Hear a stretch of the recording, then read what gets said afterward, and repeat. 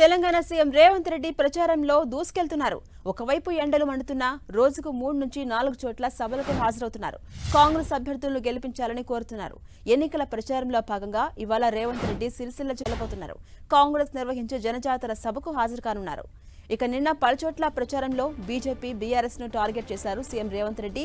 సిద్దిపేట గడ్డపై తొడగొట్టారు కేసీఆర్, హరీష్ రావులపై నిప్పులు చెరిగారు సీఎం రేవంత్ రెడ్డి. మామ అల్లుళ్లు ఇన్నాళ్లు సిద్దిపేటను పీడించారని, వందల ఎకరాల భూములను దౌర్జన్యంగా లాక్కున్నారంటూ ఆరోపించారు.